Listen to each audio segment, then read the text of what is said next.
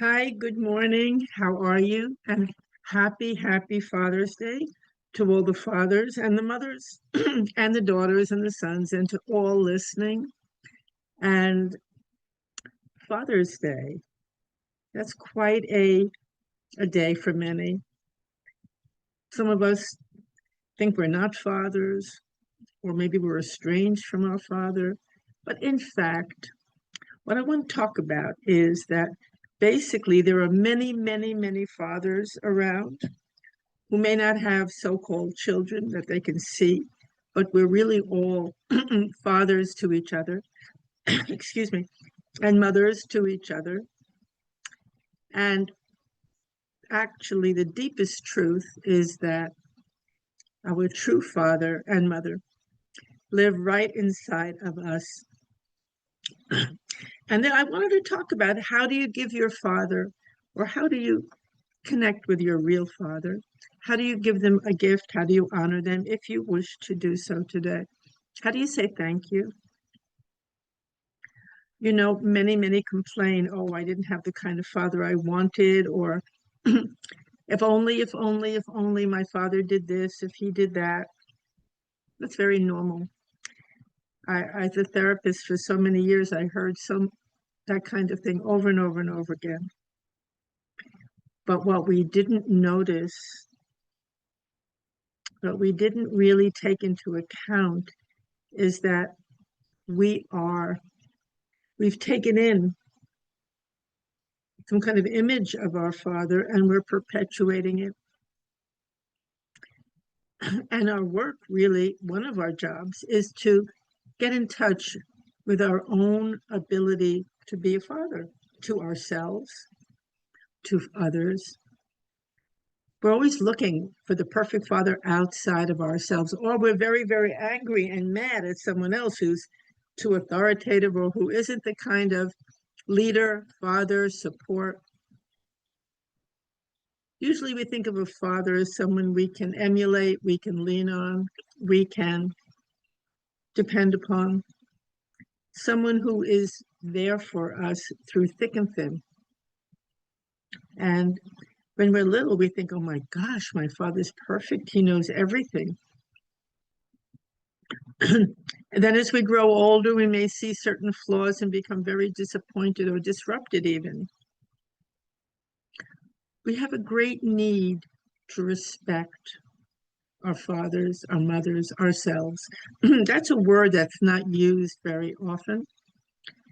But even more than to admire someone, when they uphold values, when they seem noble or courageous or genuinely committed, not to their own good only, but to the good of all, we begin to respect that person. We want to respect others. And of course, ultimately, we need to respect ourselves.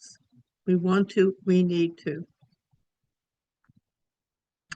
When respect is gone, there's a big emptiness in our heart.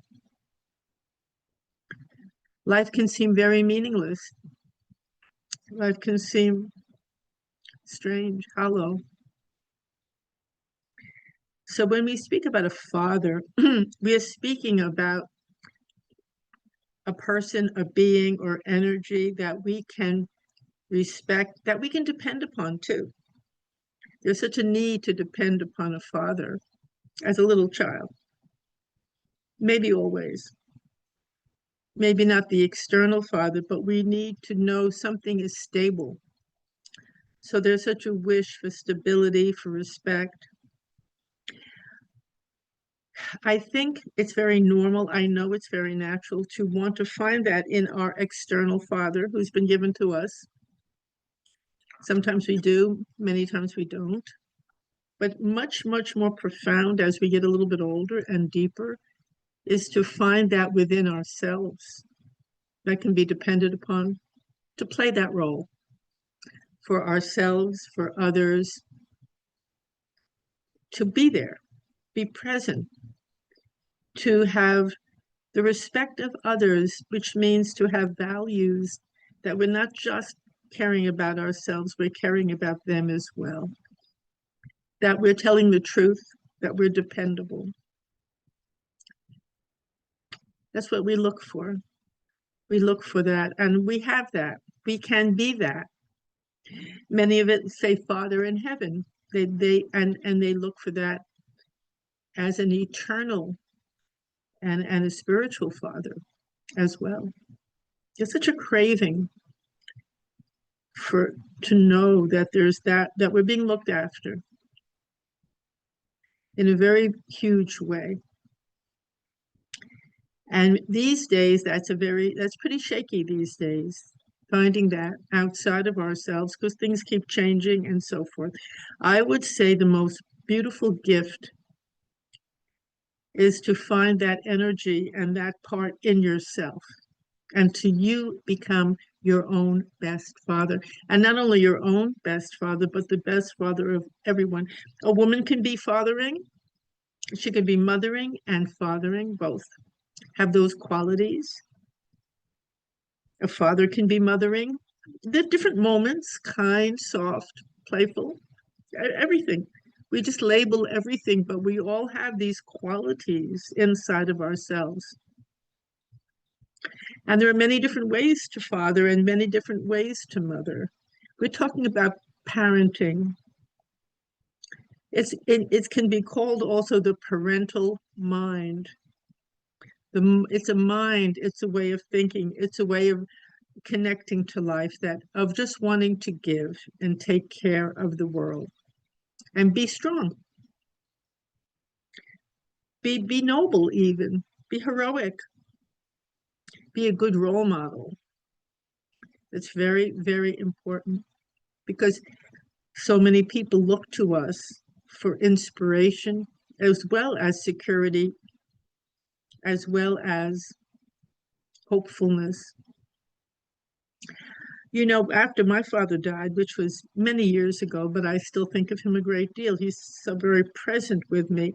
But after he died, it was very, very hard to let that go because there was much that was undone and unsaid and unfinished between us that hadn't been really worked out. So that actually, whenever it's like that, it makes it much harder to let somebody go to the next stage of their life or to transition. And I didn't really know how to handle it. I was quite young. I really didn't know how to handle it. And one day it struck me, oh, the best way to honor your father is to live a life, a well-lived life. That's a real way to honor your father. To be of help to others, to be a person of value, or a person that I could respect myself and what I was doing. And I just was walking on the street and it hit me, and I thought, wow, what a wonderful medicine, what a wonderful teaching. I don't know where it came from, but it just did come to me, and it was very gratefully received. And so what I did was all the pain that I'd gone through, there were a lot of different layers of it in his process of dying. And I said, okay, I'm going to take this painful experience and turn it to the good, to use it, to learn from it, to help others. And I began working in the area of hospice and so forth. It was with the very early days of it, with workshops and so forth for physicians and nurses and whomever working in that area. And it really, not only did it heal my suffering, it the suffering really wasn't meaningless anymore because I was using it to learn from and to help others who were in exactly the same position as I'd been. I did it many, many years, and I'm very grateful for having those years of doing that work. I'm very grateful because not only was it useful, but I learned a great deal from it as well. And I really did dedicate it to my father, and I felt wonderful about whatever was unfinished between us. This somehow handled it. It's a very good present. So you can complete things with parents and fathers if they're in this still alive, and even if they're not, even if they're not, you can become the very best version of them possible. There are many ways we give gifts to our fathers, and there are many ways we take away all that negativity we have towards so many external father figures in the world. It doesn't do any good to reject, hate. It only makes everything worse. That is for a fact. That's true. So let's honor the parental mind.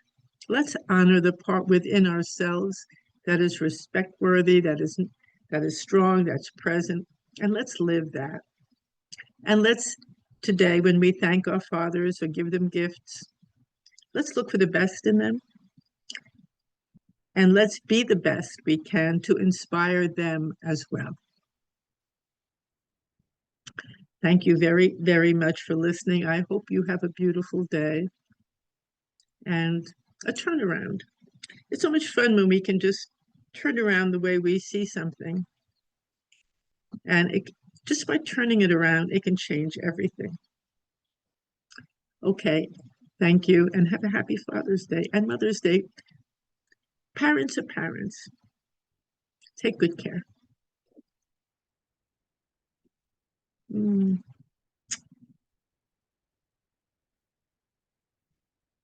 I'm trying to find the right buttons here. Oh, here they are. Thank you.